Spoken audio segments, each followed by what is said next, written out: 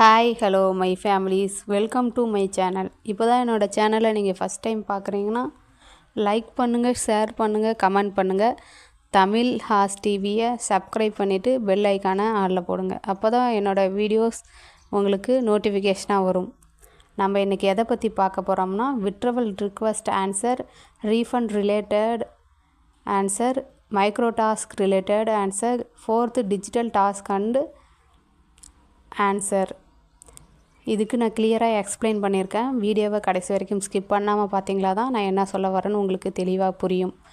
Next digital இன்ஃப்ளூயனருக்கு நான் video டிஸ்கிரிப்ஷனில் link தரேன். வீடியோவை போய் பார்த்து எப்படி டிஜிட்டல் இன்ஃப்ளூயனர் டாஸ்க்கை கம்ப்ளீட் பண்ணுறதுன்னு பாருங்கள். நான் அதுக்கும் ஆல்ரெடி தனியாக ஒரு சேனல் நான் ஓப்பன் பண்ணி வீடியோ போட்டிருக்கேன். அதை எப்படி பண்ணுறதுன்னு நான் உங்களுக்கு எக்ஸ்பிளைன் பண்ணுறேன்.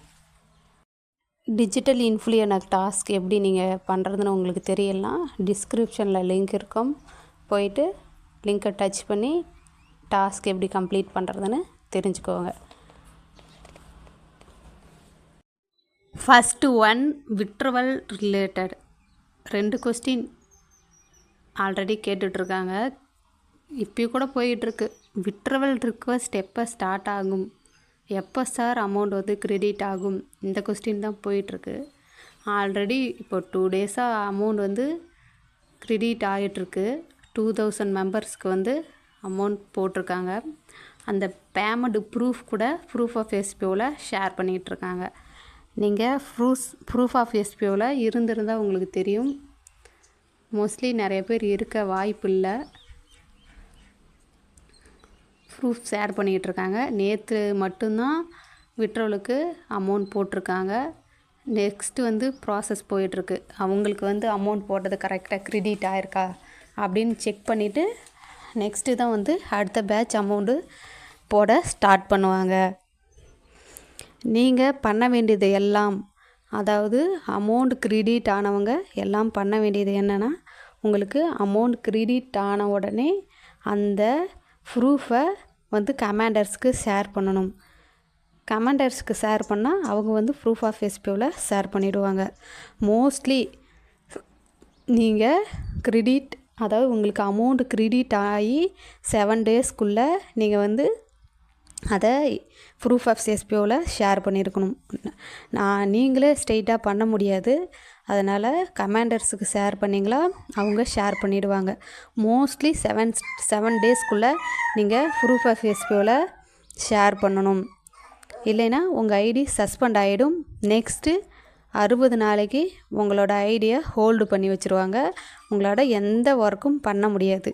அதனால் அமௌண்ட் கிரெடிட் ஆன உடனே நீங்கள் பேங்க் புக்கு அது என்ட்ரி பண்ணி பார்ப்பீங்களோ, இல்லை ஏடிஎம்மில் மினி ஸ்டேட்மெண்ட் ஏதாவது ஒன்று எடுத்து கமாண்டர்ஸ்க்கு ஷேர் பண்ணும். இல்லாட்டா எஸ்பிஓவில் இருந்து மெசேஜ் வந்த உடனே, அதாவது அமௌண்ட் கிரெடிட் ஆன உடனே உங்களுக்கு நோட்டிஃபிகேஷன் வரும். அந்த நோட்டிஃபிகேஷனை கூட நீங்கள் ஸ்க்ரீன்ஷாட் எடுத்து நீங்கள் கமாண்டர்ஸ்க்கு ஷேர் பண்ணலாம். ஏதாவது ஒரு முறையில் நீங்கள் ஷேர் பண்ணியிருக்கணும். நீங்கள் அந்த எடிட் பண்ணி போடக்கூடாது. ஓகேங்களா?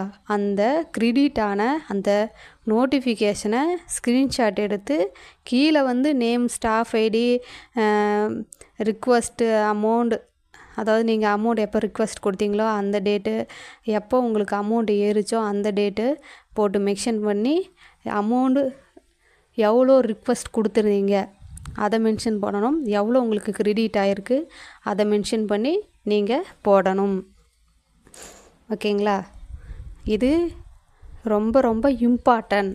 அப்படி நீங்கள் ப்ரூஃபை ஷேர் பண்ணினீங்கன்னா கண்டிப்பாக உங்கள் ஐடியை 16 டேஸ் ஹோல்ட் ஆகிடும். அதுக்கப்புறம் தான் நீங்கள் ஒர்க் பண்ண முடியும். மீண்டும் மீண்டும் இந்த தவறை நீங்கள் பண்ணும்போது உங்கள் ஐடி கூட சஸ்பெண்ட் ஆகிறதுக்கு வாய்ப்பு இருக்குது. எஸ்பிஓ போர்ட்டலில் லாகின் பண்ணி உள்ளே போனதும் வெல்கம் பேஜில் அமௌண்ட் கிரெடிட் இன்ஃபார்ம் அப்படின்னு சொல்லி உங்களுக்கு ஷோ ஆகும். யாருக்கெல்லாம் அமௌண்ட் கிரெடிட் ஆகிருக்கோ அவங்களுக்கு மட்டும் ஷோ ஆகும். அதுக்கப்புறம் நீங்கள் பேங்க் சைடில் நீங்கள் செக் பண்ணி பார்க்கலாம். நெக்ஸ்ட்டு மொபைல் பேங்க் நீங்கள் ஏற்றி வச்சிங்களா, நோட்டிஃபிகேஷன் வரலைன்னா மொபைல் பேங்க் ஏற்றி வச்சிங்களா நோட்டிஃபிகேஷன் வரும். சில பேங்க்கில் வந்து அதுக்குன்னு ஆப்ஸ் கொடுத்துருப்பாங்க, அதுலேயும் நீங்கள் போய் செக் பண்ணிக்கலாம். இது ரெண்டுமே இல்லைன்னா ஏதாவது ஒரு இடத்துல நீங்கள் வந்து கன்ஃபார்ம் நீங்கள் வந்து ப்ரூஃப் ஷேர் பண்ணி ஆகணும். அதனால் நான் ஆல்ரெடி சொன்ன மாதிரி பேங்க் சைடில் போயிட்டு பேங்க் புக்கு நீங்கள் என்ட்ரி பண்ணி பாருங்கள். இல்லாட்டினா ஏடிஎம்மில் மினி ஸ்டேட்மெண்ட் எடுத்து பாருங்கள். இல்லாட்டினா உங்களோட ஃபோனில் நோட்டிஃபிகேஷன் பேங்க் சைடில் இருந்து வர மாதிரி பண்ணிக்கோங்க. ஓகேங்களா? நீங்கள் நான் சொன்னதெல்லாம் கரெக்டாக கேட்டுக்கோங்க, அதன்படி ஃபாலோ பண்ணிக்கோங்க. இனிமேட்டுக்கு எஸ்பிஓ வந்து ஸ்ட்ரிக்டாக தான் இருக்கும். நீங்கள் ஏதாவது சின்ன தவறு பண்ணால் கூட உங்களை சஸ்பெண்ட் கூட பண்ணுறதுக்கு வாய்ப்பு இருக்குது. ஓகேங்களா? நான் இப்போ பேசுனது உங்களுக்கு தெளிவாக புரியலனா, அதாவது விட்ரவல் ரிலேட்டட் பற்றி நான் பேசுனது உங்களுக்கு தெரியலனா சார் வந்து அங்கே நோட்டீஸ் போர்டில் அனௌன்ஸ்மெண்ட் கொடுத்துருக்காங்க. அதில் நிறைய முக்கியமான அப்டேட்லாம் நிறைய இருக்குது, அங்கே போய் தெரிஞ்சுக்கோங்க. ஓகேங்களா? நான் என்னால் முடிஞ்ச அளவுக்கு ஒரு சில விஷயங்கள் தான் வந்து இங்கே ஷேர் பண்ணியிருப்பேன். அதாவது இம்பார்ட்டண்டான விஷயங்களுக்கு மட்டும் நான் இங்கே ஆன்சர் பண்ணியிருப்பேன். இன்னும் நீங்கள் தெரிஞ்சுக்கணும்னா நோட்டீஸ் போர்டில் போய் தெரிஞ்சுக்கோங்க. செகண்ட் வந்து refund related answer. 13 point rejected ஆனவங்களுக்கு நேற்றுலேருந்து வந்து மெயில் சென்ட் ஆகிட்ருக்கோம். உங்களுக்கு மெயில் சென்ட் ஆனதுக்கு அப்புறம் நீங்கள் பண்ண வேண்டியது என்னென்னா, அதுலேயே உங்களுக்கு எல்லாமே மென்ஷன் பண்ணியிருப்பாங்க. இப்படி தான் நீங்கள் வந்து அதெல்லாம் கிளியர் பண்ணி அப்லோட் பண்ணணும்னு சொல்லியிருப்பாங்க. அதில் என்ன சொல்லியிருப்பாங்களா, go to your SPO portal login அப்படின்னு சொல்லியிருப்பாங்க. நெக்ஸ்ட்டு வந்து உங்களோட go to your upload proof அப்படின்னு சொல்லி காமிக்கும். உங்களுக்கு எஸ்பிஓலேருந்து மெயில் வந்ததுக்கப்புறம் அதை நீங்கள் நல்லா படித்து பார்த்துட்டு சைன் போட்டு ப்ரிண்ட் அவுட் எடுத்து ஃபோட்டோ எடுத்து வச்சுக்கோங்க. ஃபோட்டோ எடுத்து வச்சதுக்கப்புறம் எஸ்பிஓ போர்ட்டலை வந்து லாகின் பண்ணி உள்ளே போய்க்கோங்க. அப்லோட் அக்ரிமெண்ட் ப்ரூஃப் அப்படின்னு ஒரு ஆப்ஷன் வந்து ஷோ ஆகும். அதை கிளிக் பண்ணிவிட்டு உள்ளே போய்க்கோங்க. சூஸ் ஃபைல்ஸ் இருக்கும், அதை கிளிக் பண்ணிவிட்டு நீங்கள் ஆல்ரெடி ப்ரிண்ட் அவுட் எடுத்து சைன் போட்டு வச்சுருக்கிற அந்த ஃபோட்டோவை கரெக்டாக இருக்குன்னு செக் பண்ணிவிட்டு உங்களோட staff ID, name, email address எல்லாம் கரெக்டாக இருக்குதான்னு செக் பண்ணிவிட்டு அதெல்லாம் கரெக்டாக இருக்கான்னு செக் பண்ணி யாராவது ஓப்பன் பண்ணி பார்த்தா தெளிவாக படிக்கிற மாதிரி இருக்கா, எல்லாம் தெளிவாக தெரியுதான்னு பார்த்துட்டு அதை அப்லோட் பண்ணி சப்மிட் பண்ணிவிடுங்க. ஓகேங்களா? இனி வந்து மெயிலெலாம் அனுப்பணுன்னு எந்த அவசியமும் கிடையாது. ஓகேங்களா? சிம்பிள் அண்ட் ஈஸியாக கொண்டு வந்துட்டாங்க. ரீஃபண்டுக்கு அப்ளை பண்ணவங்களுக்கு எப்படி அப்லோட் பண்ணணுன்னு எல்லாம் கிளியராக சாரும் இந்த ஆடியோ போட்டிருக்காங்க. இந்த ஆடியோவை கரெக்டாக கேட்டு இதன்படி நீங்கள் பண்ணுங்கள். இனிமேட்டுக்கு சும்மாலாம் சார் வந்து சொல்லிகிட்டு இருக்க மாட்டாங்க. இந்த ஆடியோவை நீங்கள் சேவ் பண்ணி வச்சுக்கோங்க. ஓகேங்களா? இல்லாட்டினா இந்த ஆடியோவை மென்ஷன் பண்ணி கேட்டுக்கோங்க. செப்டம்பர் 1 ஓகேங்களா, 12 o'clock மேலே இந்த ஆடியோ சார் போட்டிருக்காங்க. கரெக்டாக இந்த ஆடியோவை கேட்டு நீங்கள் அதன்படி பண்ணிக்கோங்க, மிஸ்டேக் பண்ணாதீங்க. உங்களோட ஐடியை லாகின் பண்ணிங்களா? எஸ்பிஓலேருந்து மெயில் வந்ததுக்கப்புறம், அதாவது ரீஃபண்ட் ரிலேட்டடாக மெயில் வந்ததுக்கப்புறம் உங்களோட எஸ்பிஓ போர்ட்டலில் லாகின் பண்ணி ஐடி பாஸ்வேர்டு போட்டிங்களா? லாகின் ஆகும். லாகின் ஆனதுக்கும் இப்போ சார் சொன்ன ப்ராசஸ் எல்லாம் பண்ணிவிடுங்க. ஓகேங்களா? அதுக்கப்புறம் மெயில் வந்ததுக்கப்புறம் என்ன பண்ணணும் உங்களுக்கு தெரியும். அந்த அமௌண்ட்டு எல்லாம் சென்ட் பண்ணிங்களா, அமௌண்ட் உங்களுக்கு கிரெடிட் ஆனதும் அந்த ப்ரூஃபை எடுத்து நீங்கள் கமெண்டர்ஸுக்கு ஷேர் பண்ணணும். உங்களுக்கு வந்திருக்க அந்த நோட்டிஃபிகேஷனை எடுத்து ஷேர் பண்ணணும். இல்லாட்டினா ஏடிஎம்மில் ஒரு மினி ஸ்டேட்மெண்ட் எடுத்து கூட அதை நீங்கள் கமெண்டர்ஸருக்கு ஷேர் பண்ணிங்களா, கமெண்டர்ஸ் வந்து ப்ரூஃப் ஆஃப் எஸ்பிஓவில் ஷேர் பண்ணிவிடுவாங்க. நெக்ஸ்ட்டு வந்து பிளாக் ஐடிஸ் 13 பாயிண்ட் சூஸ் பண்ணாதவங்களும் ரீஃபண்ட் சூஸ் பண்ணாதவங்களும் எதுவுமே சூஸ் பண்ணாத இருந்த ஐடி வந்து பிளாக் ஆகிருக்கும். பிளாக் ஐடிக்கும் ஆல்மோஸ்ட் ரீஃபண்ட் கொடுத்துருவாங்க. நெக்ஸ்ட்டு வந்து சஸ்பெண்டட். அந்த sales team, promotion team, refund team கொடுத்துருந்தாங்க. ரீஃபண்ட் டீம்ஸ் செலக்ட் பண்ணவங்களுக்கு அடுத்த ப்ராசஸ் வந்து நடக்கும். இவங்களுக்கு ப்ராசஸ் நடந்ததுக்கு அப்புறம் தான் பிளாக் ஐடிஸ்க்கு வந்து ப்ராசஸ் நடக்கும். வெயிட் பண்ணுங்கள். ஒவ்வொருத்தங்களுக்காக பேட்ச் வைஸாக அமௌண்ட் வந்து போடுவாங்க, மெயில் போடுவாங்க. எப்படியும் செப்டம்பர் இந்த எண்டுக்குள்ளே எப்படியும் எல்லாத்துக்கும் மெயில் வர மாதிரி பார்க்குறேன்னு சார் சொல்லியிருக்காங்க. வெயிட் பண்ணுங்கள். ஆல்மோஸ்ட் எல்லாத்துக்குமே இதுதான் வந்து ப்ராசஸ். இந்த ப்ராசஸ் படி தான் எல்லோரும் வந்து ரீஃபண்ட் வாங்க போகிறோம். 13 பாயிண்ட் ரிஜெக்ட் ஆனவங்களும் சரி, பிளாக் ஐடியும் சரி, ரீஃபண்ட் டீம் சரி, எல்லாத்துக்கும் இந்த ப்ராசஸ் படி தான் நமக்கு ரீஃபண்ட் அமௌண்ட் கிடைக்கும். தேர்டு வந்து மைக்ரோ டாஸ்க் ஒர்க்கர் ரிலேட்டட்.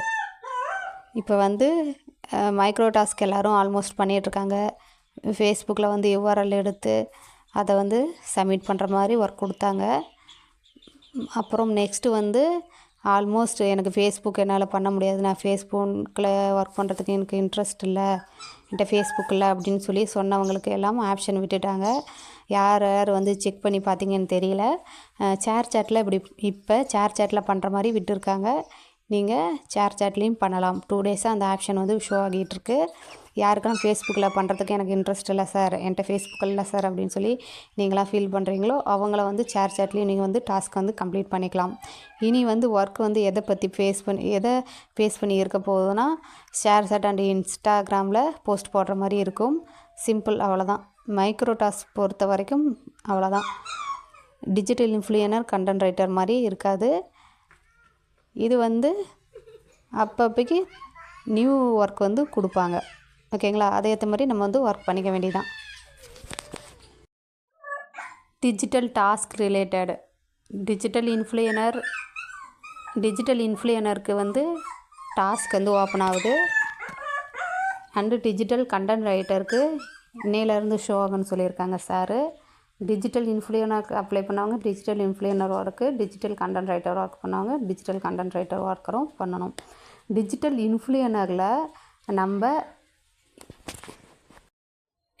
இன்ஃப்ளூயனரில் வந்து அடல்ட் கண்டென்ட் இருக்கக்கூடாது. மற்ற ஜாப்ஸை பற்றி நீங்கள் எதுவும் ரெக்கமெண்ட் பண்ணக்கூடாது. மற்ற ஜாப்ஸை பற்றி நீங்கள் வீடியோ எதுவும் போடக்கூடாது. ஓகேங்களா? அவங்க சொல்கிற இன்ஸ்ட்ரக்ஷனை ஃபாலோ பண்ணி அதன்படி நீங்கள் வீடியோ போடணும். என்ன சொல்கிறாங்கன்னா, ஃபஸ்ட்டு ஸ்டெப்பு வந்ததுன்னா அவங்க சொல்கிறதெல்லாம் மென்ஷன் பண்ணணுமா ஃபஸ்ட்டு வந்து வீடியோ லென்த்து, ரெண்டாவது வந்து ஓன் வாய்ஸ் மஸ்ட்டு. வீடியோ வந்து 2 மினிட்ஸாவது வந்து லென்த்தாக இருக்கணுமா. நெக்ஸ்ட்டு உங்களோட ஓன் வாய்ஸ் வந்து கொடுத்துருக்கணும்னு சொல்கிறாங்க ஃபஸ்ட்டு ஸ்டெப்பில். ஸ்டெப் 2 வந்து don't skip adult content and another job recommend. Adult content பற்றி அனதர் ஜாப்த்தை பற்றி போடக்கூடாதுன்னு ஆல்ரெடி சொல்லிட்டேன். அதை பற்றி போடக்கூடாது. ஸ்டெப் 2. ஸ்டெப் 3 வந்து அனதர் வீடியோ அவங்க போட்டிருக்கிற டைட்டிலே நம்ம வந்து யூஸ் பண்ணக்கூடாது அப்படின்னு சொல்லியிருக்காங்க. நெக்ஸ்ட்டு வந்து ஸ்பான்சர் ஐடி நேம் வந்து நம்மளோட வீடியோவில் மென்ஷன் பண்ணியிருக்கணும். நெக்ஸ்ட்டு உங்களோட ஓன் வாய்ஸ் அதில் இருக்கணும். இது வந்து ஸ்டெப் 4. ஸ்டெப் 5 வந்து இவங்க சொல்கிற இன்ட்ரோடக்ஷன்லாம் நம்ம ஃபாலோ பண்ணால் தான் நமக்கு வந்து அமௌண்ட் வந்து கிரெடிட் ஆகும். நெக்ஸ்ட்டு வந்து ஸ்பான்சர் கீவேர்ட்ஸ்னு கொடுத்துருப்பாங்க. மேலே டைட்டிலில் மேலே 2 கமா இருக்கும். அதிலேருந்து